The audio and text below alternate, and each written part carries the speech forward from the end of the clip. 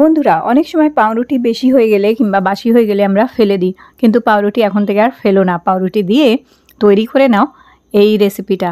এটা এত ভালো একটা রেসিপি হচ্ছে, এটা বাচ্চা থেকে বড় প্রত্যেকের ভীষণ ভীষণ ভালো লাগবে।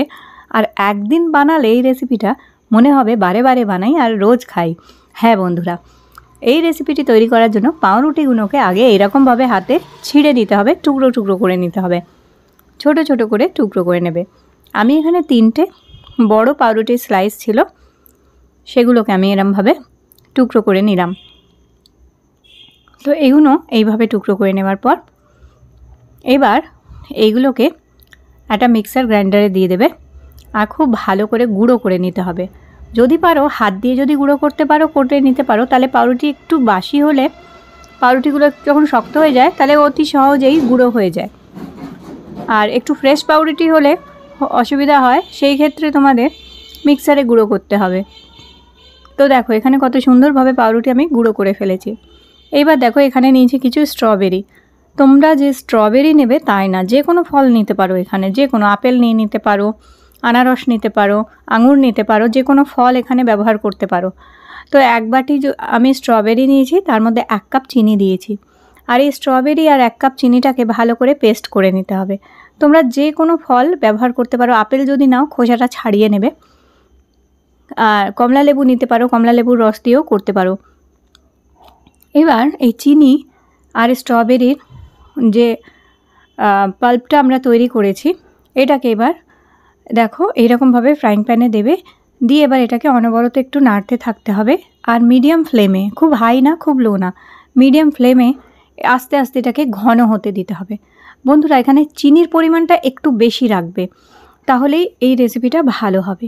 এইবার দেখো একটা অ্যালুমিনিয়ামের আমি বাটি নিয়ে নিয়েছি। এটা আমার কেক টিন হচ্ছে, কেক টিন নিয়েছি। তোমরা অ্যালুমিনিয়ামের কোনো বাটিও ব্যবহার করতে পারো, স্টিলেরও কোনো বাটি নিয়ে নিতে পারো, জরুরি না অ্যালুমিনিয়াম বাটি নিতে হবে, স্টিলের বাটিও নিতে পারো। তার মধ্যে এবার এইভাবে একটু তেল লাগিয়ে নেবে, সাদা তেল লাগাবে অথবা বাটার লাগিয়ে নেবে। তো এইভাবে দেখো আমি সাদা তেল লাগিয়ে নিয়েছি বাটিটার মধ্যে চারিদিকে ভালো করে।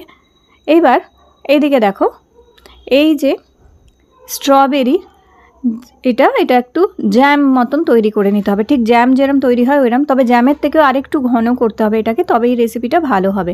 আর আমি যেমন কি বললাম, চিনির পরিমাণটা একটু বেশি দেবে এখানে। তো এইখানে দেখবে যখন এটা নাড়তে নাড়তে দেখবে এইরকম ঘন হয়ে আসছে, ঠিক এরকমভাবে যখন হাতা বা খুন্তিটা এরমভাবে তুলবে, দেখবে একটা পয়েন্টে এসে বেশ ঘন হয়ে যাচ্ছে আর জ্যামটা নিচে পড়ছে না, তখনই বুঝবে এটা রেডি হয়ে গেছে। তো এরকম ঘন হয়ে যাবার পর এটাকে ঢেলে দেবে ওই তেল মাখানো বাটিটার মধ্যে। তো এই তেল মাখানো বাটিটার মধ্যে আমি স্ট্রবেরির এই জ্যামটা ঢেলে দিলাম এইভাবে। তো এইভাবে ঢেলে দেওয়ার পর এটাকে সম্পূর্ণভাবে ঠান্ডা করে নেবে। তো পারলে এটাকে ফ্রিজে রেখে দিতে পারো কিংবা ডিপ ফ্রিজে রেখে দিতে পারো, বেশিক্ষণের জন্য না, মাত্র 10-15 মিনিটের জন্য রাখবে, যাতে এটা জাস্ট একদম কমপ্লিটলি ঠান্ডা হয়ে জমে যায় যেন। তো এটা আমি 10-15 মিনিটের জন্য ডিপ ফ্রিজে রেখে দিয়েছিলাম। তো এটা কমপ্লিটলি জমে গেছে, একদম খুব সুন্দরভাবে জমে গেছে এটা। এইবার কি করবে, একটা বাটির মধ্যে 1 কাপ দুধ নেবে। 1 কাপ দেখো এখানে দুধ নিয়ে নিয়েছি আমি, আর 1 কাপ জল নিয়েছি। তো যেই কাপের মাপে দুধ নেবে সেই কাপের মাপেই জল নেবে, মানে মোটামুটি আমি এখানে 500 মতন, জল আর দুধ মিলিয়ে আমার 500 হয়েছে। আর এখানে আমি 200 গ্রাম মতন চিনি দিলাম, 200 গ্রাম চিনি, আর এই জল আর দুধ মেশানো এটা ভালো করে গুলে নিলাম। এবার একটি বাটিতে আমি 2 চামচ কর্নফ্লাওয়ার নিলাম। এখানে 2 চামচ কর্নফ্লাওয়ার নিয়ে কর্নফ্লাওয়ারটা জল দিয়ে গুলে নেব। যদি কর্নফ্লাওয়ার না থাকে সেক্ষেত্রে তোমরা ময়দা ব্যবহারও করতে পারো, এখানে ময়দাও দিতে পারো। এবার ভালো করে এটাকে আমি গুলে নেব। তো এটা গোলার সময় দেখবে যে কোনো রকমের লাম্পস যেন না থাকে, খুব সুন্দরভাবে ভালো করে এটাকে জলের মধ্যে গুলে নিতে হবে আমাদের। এবার এই যে দুধ আর চিনি আর জল মেশানো যে বাটিটা রয়েছে, এটা ভালো করে চিনিটাকে গুলে নেবে। এবার গ্যাসে আমাদের এই বাটিটা বসিয়ে দিতে হবে। এই বাটিটা বসিয়ে দেওয়ার পর এবার এটাকে কিছুক্ষণ নাড়িয়ে এইভাবে ভালো করে আমাদের গরম করতে হবে, যাতে চিনিটা সম্পূর্ণভাবে গুলে যায় এর মধ্যে। তো দেখবে চিনিটা যখন সম্পূর্ণভাবে গুলে যাবে তখনই আমাদের এতে মেশাতে হবে এই কর্নফ্লাওয়ার মেশানো জলটা। কিংবা কর্নফ্লাওয়ার না থাকলে আমি যেমন কি বললাম 2 চামচ ময়দা দিতে পারো এখানে। তো এই কর্নফ্লাওয়ার মেশানো জলটা এবার আমি মিশিয়ে দিলাম। চিনিটা সম্পূর্ণ গুলে যাওয়ার পরেই কিন্তু বন্ধুরা এটা মিশিও। এবার এটাকে মিশিয়ে তোমরা মিডিয়াম ফ্লেমে, খুব হাই ফ্লেম রাখবে না, মিডিয়াম টু লো ফ্লেমের মধ্যে আস্তে আস্তে এটাকে অনবরত নাড়তে থাকবে। দেখবে আস্তে আস্তে এটা ঘন হয়ে আসছে। তো এটাকে এইভাবে নাড়তে থাকবে, নাহলে কিন্তু তলায় লেগে যাবে। তলায় লেগে গেলে এটা পুড়ে যাবে। দেখো এটা ঘন হয়ে এসছে, নিশ্চয়ই বুঝতে পারছো। এই দেখো এরকম যখন এটা ঘন হয়ে আসবে, ঠিক এইরকম কনসিস্টেন্সিটা থাকবে, সেই সময় ওই পাউরুটির গুঁড়োটা আমরা এখানে মিশিয়ে দেবো এর মধ্যে। তো তখন এর মধ্যেই পাউরুটির গুঁড়োটা ভালো করে মিক্স করে দেবে। তো আস্তে আস্তে মেশাবে যাতে কোনো লাম্পস না থাকে, আর খুব ভালো করে এটাকে পাউরুটির গুঁড়োটা মিশিয়ে নিতে হবে। কারণ এমন না হয় যে কোথাও পাউরুটি ডলা হয়ে রয়ে গেছে। তো সেই জন্যে খুব সুন্দরভাবে ইভেনলি স্মুথলি মিশিয়ে নেবে। আর এই সময় আঁচটা একদম কমিয়ে দেবে যাতে তলায় লেগে না যায়। তো এইভাবে মেশাতে মেশাতে দেখবে আস্তে আস্তে এটা ঘন হয়ে আসছে। তো আমাদের এটাকে আস্তে আস্তে ঘন করে নিতে হবে। আচ্ছা, এই সময় একটু মিষ্টিটা চেক করে নিতে পারো তোমরা, যে আরেকটু মিষ্টির প্রয়োজন আছে কি আছে না। দেখো আমি এখানে একরকম টেস্ট একরকমভাবে তোমাদের মাপ দেখালাম অবশ্যই, কিন্তু অনেকে একটু কম মিষ্টি খেতে চায়, অনেকে একটু বেশি মিষ্টি খেতে চায়।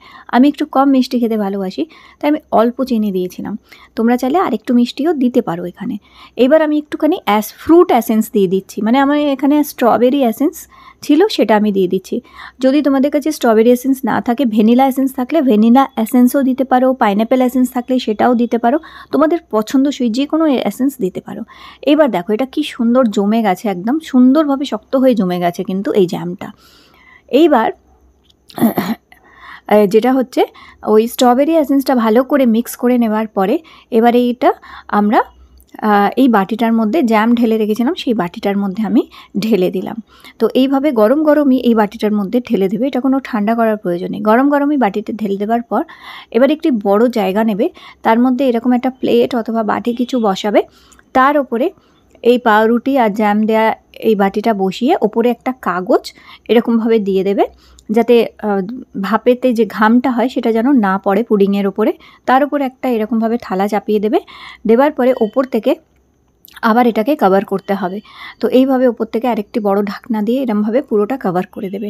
এইবার এটাকে অন্তত 15 থেকে 20 মিনিট এটাকে স্টিম করতে হবে, মানে 15 থেকে 20 মিনিট ভাপিয়ে নেবে খুব ভালো করে। 15 থেকে 20 মিনিট মাঝামাঝি আঁচ রেখে দেবে। আঁচটা খুব লো রাখবে না, আবার হাইও রাখবে না, মাঝামাঝি রাখবে। আর জলটা চেক করবে যেন জলটা নিচে না শুকিয়ে যায় পুরোটা। তো দেখো আমি এটা 20 মিনিট পর যখন একটু বন্ধ করে দিয়েছিলাম, আর তারপর পুরোপুরি এটাকে ঠান্ডা করে নিয়েছি। পুরোপুরি ঠান্ডা করে নেওয়ার পর ফ্রিজে আধ ঘন্টা রাখবে। ফ্রিজে আধ ঘন্টা এটা রাখার পর যখন দেখবে এটা সম্পূর্ণ ঠান্ডা হয়ে গেছে, একদম ফ্রিজে রাখার পর খুব সুন্দরভাবে এটা জমে যাবে। আর তারপর এটাকে ডিমোল্ড করে নেবে এইভাবে। তো জাস্ট একটা প্লেট নেবে, প্লেটটা উল্টে এইভাবে রেখে হালকা করে তোমাদের এটাকে ট্যাপ করতে হবে। তো জাস্ট হালকা করে এটাকে ট্যাপ করবে, আর দেখো এটা কত সুন্দরভাবে বেরিয়ে এসছে এখানে। তো এটা দেখো স্ট্রবেরি ব্রেড পুডিং আমাদের রেডি হয়ে গেল। এই স্ট্রবেরি ব্রেড পুডিংটা এত দুর্দান্ত খেতে লাগে না, এত দারুণ খেতে হয়, অসম্ভব টেস্টি আর অসম্ভব সুন্দর খেতে হয়। আর আমি যেমন কি স্ট্রবেরি দিয়ে করেছি, তোমরা যে কোনো ফ্রুট দিয়ে এটা করতে পারো, একই পদ্ধতিতে দারুণ খেতে লাগবে বন্ধুরা। তাহলে এই রেসিপিটি ভালো লেগে থাকলে লাইক দিও, আর চ্যানেলটি সাবস্ক্রাইব করে রেখো। আবার দেখা করবো তোমাদের সাথে নতুন একটি রেসিপি নিয়ে।